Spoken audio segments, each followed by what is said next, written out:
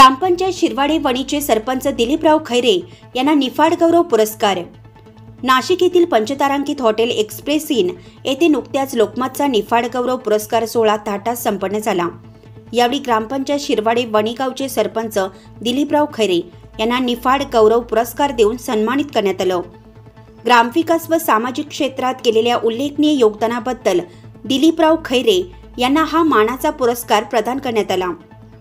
त्यांच्या नेतृत्वाखाली शिरवाडे वणी गावाने अनेक विकास कामे राबवून आदर्श घडवला आहे। त्यामुळे या गौरवाने संपूर्ण गावाला अभिमानाची भावना आहे।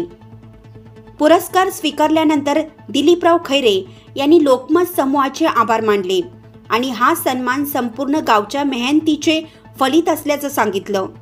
त्यांच्या या सन्मानामुळे ग्रामस्थांमध्ये आनंदाचे वातावरण असून त्यांचे सर्व स्तरातून अभिनंदन होत आहे। नाशिक लक्ष न्यूज ब्युरो रिपोर्ट नाशिक।